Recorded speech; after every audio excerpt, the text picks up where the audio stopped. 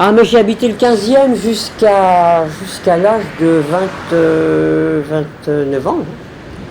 J'ai habité chez mes parents et après, comme j'avais épousé un jeune homme qui était étudiant, côté logement, c'était pas évident non plus. Donc par la suite, pendant qu'il était sursitaire au service militaire, j'ai habité un pied-à-terre que m'avait acheté mon père dans l'immeuble voisin du sien. Et donc j'ai quitté cet endroit-là, on va dire, vers 30 ans. Et je suis allée vivre dans le 11e arrondissement, où je suis restée pendant 15 ans. Et comme j'avais demandé un appartement au bureau du logement du ministère, j'ai fini par avoir un appartement ici dans le 14e. Je vais donner mon prénom, ça suffira largement. Et puis, non, parce que de toute façon, s'il y a des gens qui voient, ils savent, ou ils ne me connaissent pas du tout, ils s'en foutent de mon nom de famille, ou ils me connaissent, et comme ils connaissent le nom de famille, c'est pas la peine que j'en parle.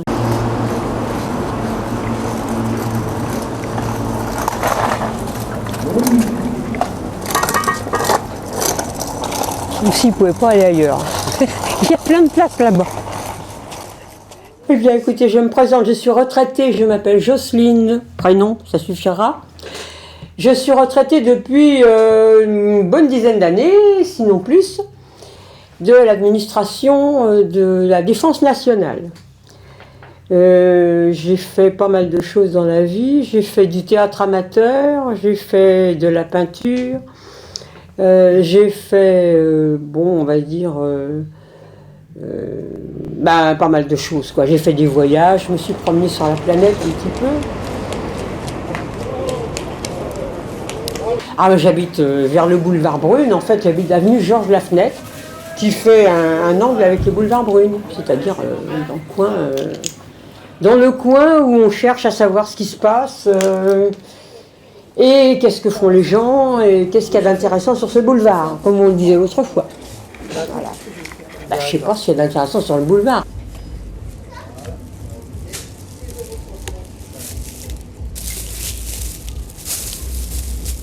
Les paysages du boulevard Brune, à part les bistrots, qu'est-ce qu'on peut voir? Ben oui. Oui, d'accord.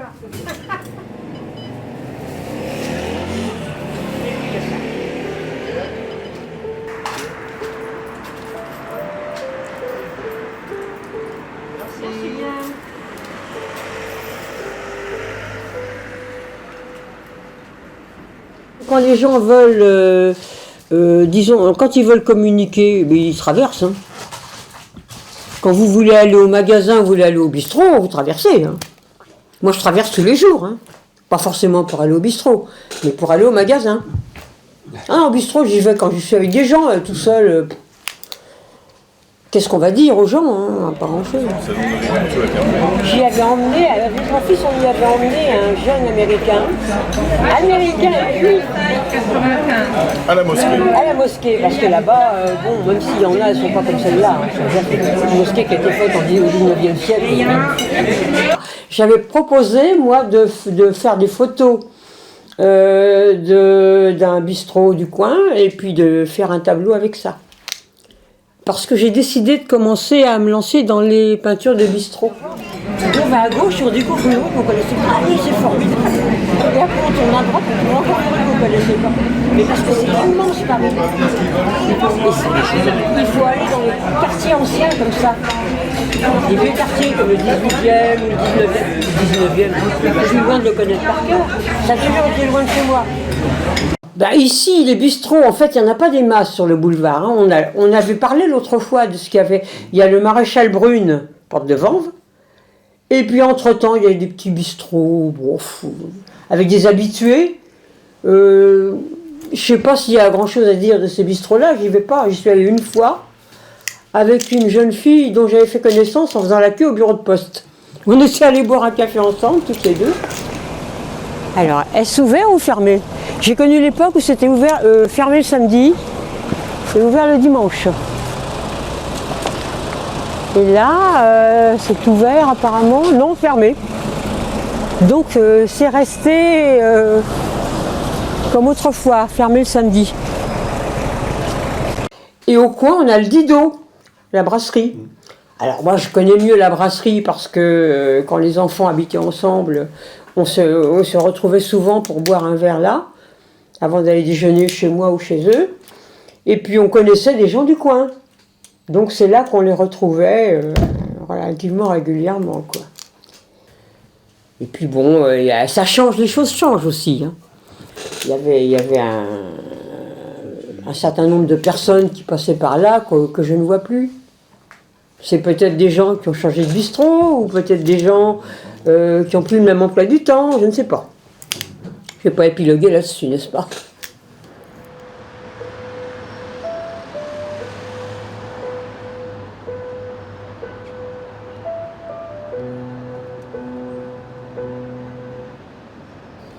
Ah, moi j'ai une fenêtre qui donne sur le boulevard, et puis j'ai plein d'autres fenêtres qui donnent sur la cour.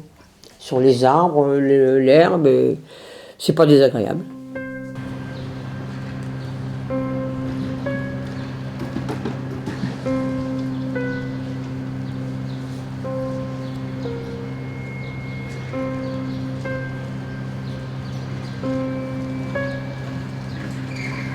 Vous savez, le problème de ce genre d'immeuble, c'est que il y a beaucoup de gens qui ne restent pas longtemps là-dedans.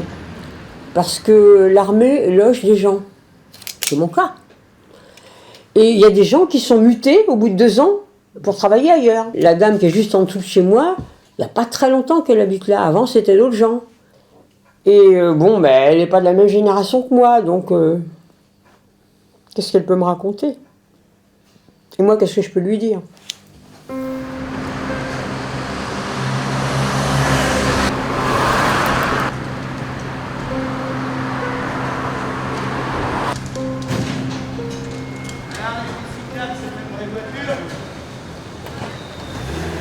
Moi, j'avais sympathisé il y a quelques années avec une voisine qui était charmante, une Agenaise avec l'accent, bien sûr.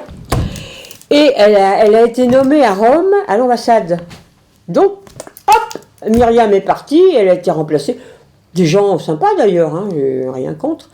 Mais c'était vraiment la fraternité avec elle, hein, vraiment très sympa. Bonjour madame. Bonjour. Alors, vous auriez une demi-baguette pas trop cuite pour moi? Oui. Des petites chaudes. Oh, formidable. Je vais me régaler. Avec ceci madame. Ce sera tout. Alors, 48 centimes s'il vous plaît. Et là, maintenant, à sa place, habite une jeune fille qui est un peu... pas souvent là, parce qu'elle travaille, bien sûr. Mais alors, elle a la manie de mettre ses plantes vertes sur le palier. Alors, moi, ça ne me dérange pas. Mais on se demande si elle les plante toute la journée sur le palier, à quoi ça lui sert d'avoir une plante qu'elle pourra avoir chez elle, quoi. Bon, mais enfin, bon, elle n'est pas méchante, hein. Ce qu'il y a, c'est que... Elle a un problème avec cette plante, parce qu'il paraît qu'il fait trop chaud chez elle et que la plante ne va pas bien quand elle a trop chaud. Et donc, bon, mais à part ça, bon, au rez-de-chaussée, nous avons un monsieur qui est d'origine africaine. Et donc, il est, paraît-il, dépressif, ça ne m'étonne pas d'ailleurs, parce que, bon, il n'a pas l'air très gai, hein, bien sûr. Et il y a un problème, c'est que il a la porte du hall qui claque sans arrêt toute la journée. C'est pas ça qui va le guérir, hein. Paf! Bon, alors déjà, cet homme-là, il va pas très bien, il ouvre jamais ses volets, et il a un endroit où le volet est un peu entrouvert, et pas les autres, bon, parce que... Bon, ben.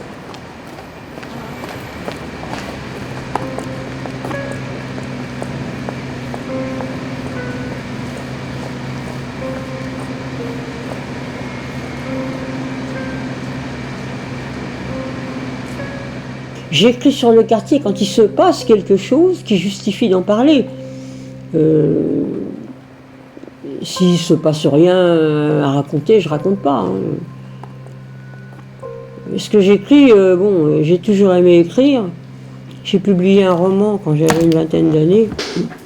Mais j'ai toujours beaucoup écrit. Et c'est dans un cercle littéraire que j'ai connu mon mari. Donc, c'est très à l'ancienne mode tout ça. On me l'a présenté. Ben oui, parce que j'ai fréquenté les cercles littéraires et puis je vais au Café de Flore à l'époque, on se retrouvait. Il y avait des dames qui tenaient donc une société comme ça. Et je pose une question à une de ces dames. Je dis oui, j'aimerais savoir. Ah, bah demandez au jeune homme, il est journaliste. Ah bon? Il dit, ah bon, vous connaissez la question? Oui, on se met à parler. Et voilà que je parle de la poésie chinoise et je lui dis que Li Taipo était un ivrogne. Oui, de quoi vous mêlez-vous? Enfin, on s'est engueulé comme du poisson pourri à cause de Li Taipo qui était un ivrogne. Et c'est lui que j'ai épousé par la suite. Cet homme-là continue toujours à écrire de la poésie. Moi, la poésie, à un moment où j'en écris plus, j'ai écrit entre-temps des histoires, des nouvelles, des trucs comme ça. Et puis, entre l'âge de 14 ans et l'âge de 18 ans, j'ai fait des écoles. Mais j'ai pas pu aller jusqu'au bout parce que le problème, c'est que chez mes parents, je n'avais pas 50 cm² pour dessiner. Donc si les professeurs nous disaient il faut nous faire tel truc, tel machin, et on verra ce que. Et quand on ne peut pas dessiner, qu'on n'a pas la surface, et ben bon, j'ai renoncé à continuer comme ça. Et donc n'ayant ni diplôme ni qualification officielle, j'ai dû travailler dans autre chose. Vous savez, je suis née à Paris, je suis parisienne vraiment 100%. Eh bien, il y a des endroits que je ne connais pas. Je me suis trouvée à traverser des rues, je n'ai jamais mis les pieds de ma vie. Pourquoi? Parce qu'on passe toujours par les mêmes axes. Entre le périph' et le boulevard Brune, il y a des petites rues, mais il n'y a rien à voir. Hein. Il n'y a que des bâtiments d'habitation.